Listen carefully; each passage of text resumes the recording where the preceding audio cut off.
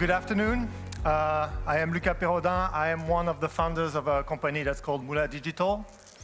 And we help companies understand what digital innovation does and will do to consumer behavior, where our customers are going to spend their time, their attention, and their cash in the coming future, and more importantly, what they should do about it. So we look at commerce strategy, marketing channels, omni-channel pricing, portfolio, profitability, people, talent, organizations, and the tens of thousands of technology choices that you can make every day, and so we help companies making all these choices.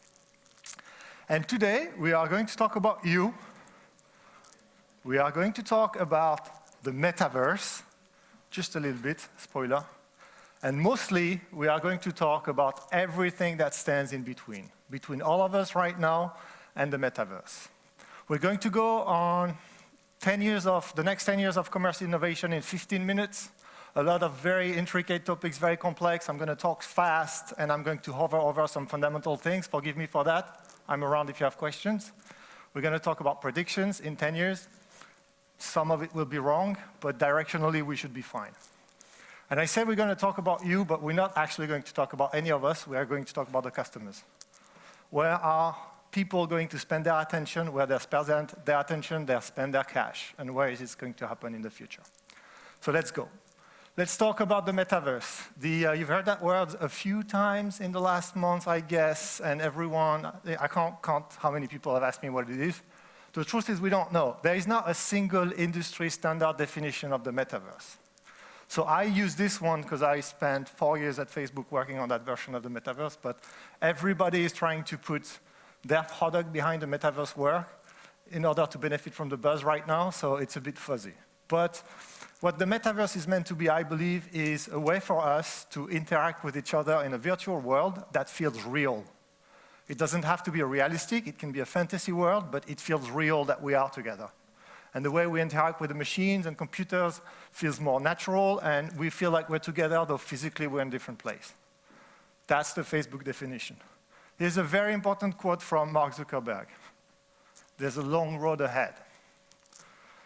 The technologies, the hardware and the software that needs to be available for this version of the Metaverse to be a billions of users, everyday use case, still need to be invented. A lot of this is research and development. I've seen it, I've witnessed it, I went to the labs. And it would take 6 years, 8 years, 10 years before we're going to a version of the Metaverse that is the one defined here. And it will be a very long journey. So if you're in retail right now, should you invest in the Metaverse? It's your choice. Will this have a consequence on the next 5 years of business? Probably not too much. Let's talk about Web3. Web3, for those of you who don't know, is everything that has to do with NFT, crypto, everything that relies on blockchain as a tech. Is blockchain going to change the face of retail in the next 5 years, in the next 10 years? We don't know. We don't know. Is it mature enough for retailers and brands to invest significant resources? Once again, your choice. I would observe and try to understand rather than jump into it, but like I said, sometimes I get it wrong. We don't know if blockchain is a solution to a problem or if it's a solution looking for a problem.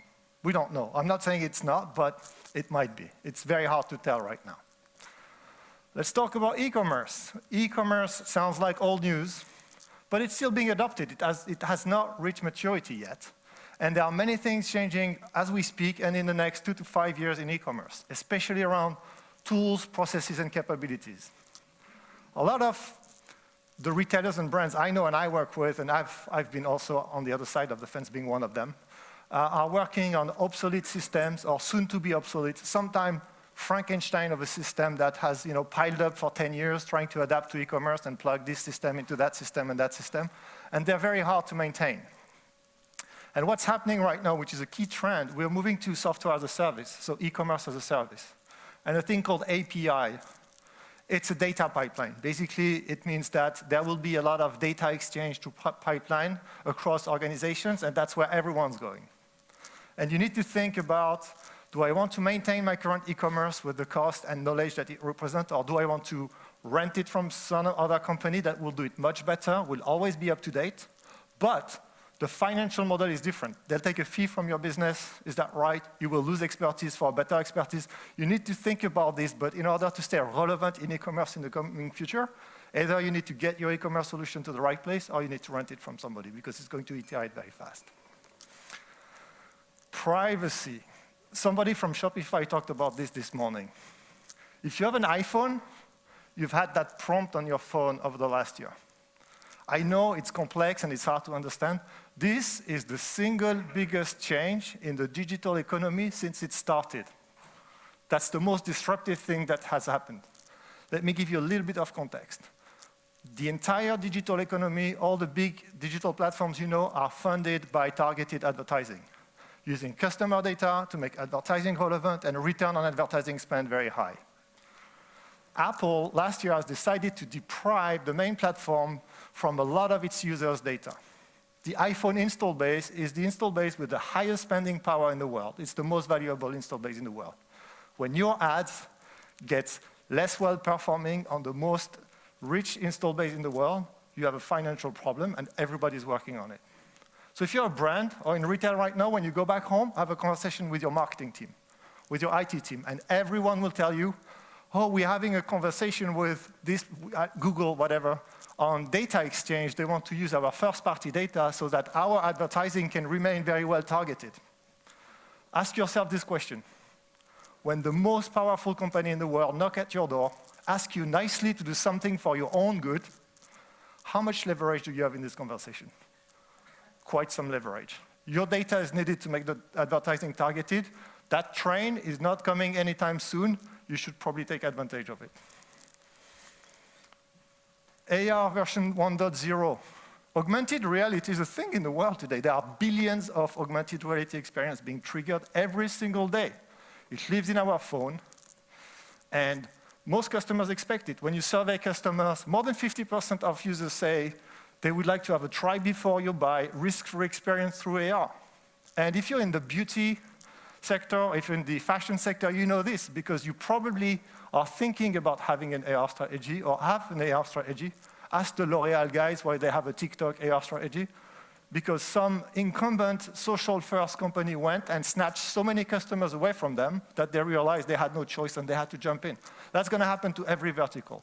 In the food industry, soon you'll take a picture of your inside of your fridge. It will give you an AR tutorial of what recipe you can do, and if you're missing 2 ingredients, it will give you a quick company that will deliver in 10 minutes the missing 2 ingredients. That's happening. If you're not in AR, within 2 years, a lot of your customers will go away. You know, this person is choosing a purse model and a purse color through an AR experience, and it's a risk-free try-before-you-buy experience. The good news, it reduces returns by up to 25%. So it's good for the top line, it's good for the bottom line. But customers are already in AR. I think there are 8 billion filters being triggered every day. That's the latest number I saw. Social commerce. It's happening. 3 billion people spend, on average, 3 hours and 15 minutes in social networks. We're probably not a good sample here, but for the vast majority of humanity, that's how it works. So far, we've consumed content, we've chatted with friends and everything in social networks. We've been exposed to advertising. We haven't purchased in social networks. All social networks platforms are busy providing shopping capabilities. TikTok shops, Instagram shops, you name it, Snapchat, everyone. And we will start buying in social networks. Why? Because we're lazy. We're human beings. We'll take the path of least friction. We don't have to be in a social network, decide on something, and go out and buy it somewhere else. If we can buy there, and it's convenient, and it's an enjoyable experience, which it will be, trust me, all these user experience people are working on it, we'll start doing it. And you really need to think about this. There's a key difference between e-commerce and social commerce. Well, there are many, but I'll talk about just one that's incredibly important. In e-commerce, in physical commerce, we have a conversation with ourselves that we want something, and we go and look for that product. We search online, we go to the store, we go look for a product, we see advertising, we decide which ones we want to buy, we buy it. In social commerce, the algorithm knows so many things about you, it will start showing you products that you haven't considered yet. But it knows the chemistry is ready in your brain for you to buy. And 20% of the time, you're going to buy them as you discover them on the spot. You haven't had that conversation with yourself that you want that product, but when you'll see it, because the algorithm gets so well at performing, you will buy it. What happens? There is no more funnel. There is no awareness, consideration, preference, and purchase. It's discovery and purchase. If you're not there when that happens, you're never seeing that customer again. That's a very important part, and it's called discovery commerce, if you hear that term. Conversational commerce. The reason why I probably gave 5 phone calls this week so far, when I used to give 30 a day, is because we message everyone all the time. That's what we do. We all do this. Phones are not for calling anymore. Well, guess what? When customers are surveyed, they're like, if we had a satisfying experience, 67% of customers say, I would rather interact with brands and retailers than going to the store, going on the website, or talking to somebody on the phone. And the technology for that satisfying conversation to happen is right there. It's shipping in the coming months. Very, very soon you'll be at home and you want that product, and then you're going to ping that brand and say, where is this available next to me? And they'll share with you a product detail page, and maybe they'll propose you 3 other products in the catalog, and you'll be able to browse the catalog in the app. And maybe you're going to purchase in the app and go and pick it up from the store. Or maybe the store is going to deliver it to you within 2 hours. And when that happens, we'll all start doing it because it's an incredibly convenient way of purchasing. VR. VR already exists today. I worked on VR for 4 years at Facebook. It provides incredible experiences. It's immersive. It's great. And it will keep on improving. But this is not the billions of users a day use case that will exist in the world. Because it's immersive, we don't want to be immersed in a different reality every day, all day. That's not the case. There will be some commerce in VR, but VR is also a vertical use case for gaming, for content consumption, for learning and development, and it's a development platform for the next big thing, which is AR. That's a true headline. Meta is selling $3,000 AR glasses, and it's available for pre-order. But that headline is 9 years old.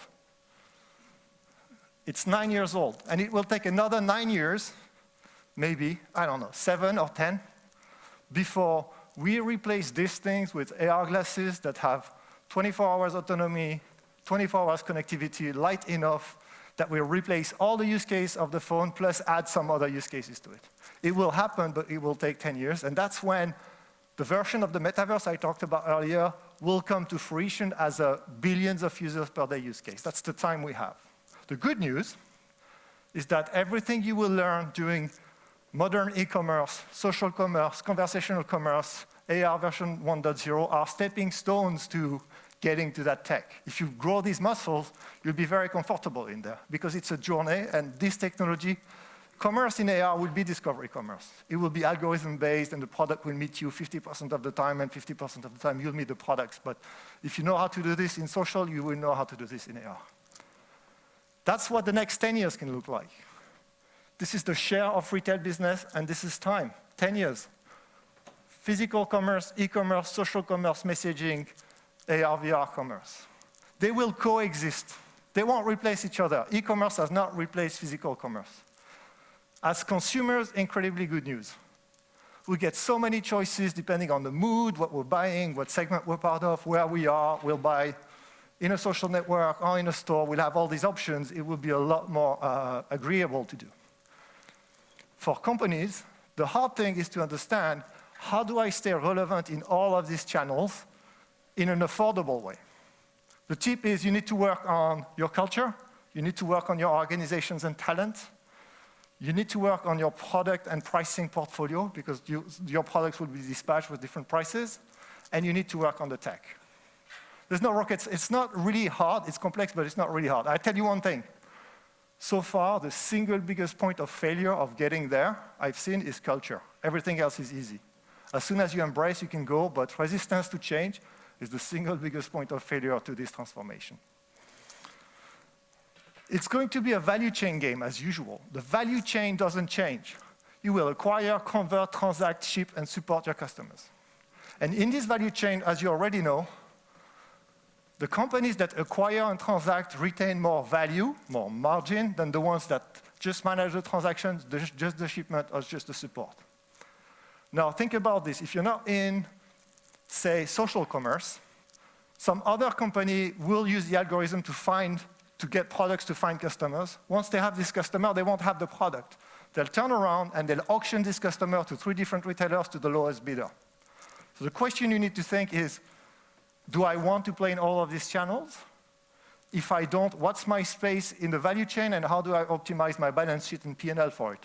Not everybody has to play everywhere, but you certainly have to think again, culture, organization, technology, and business model for that future. With that, I thank you very much for your attention, and I'm around if you guys want to talk about this.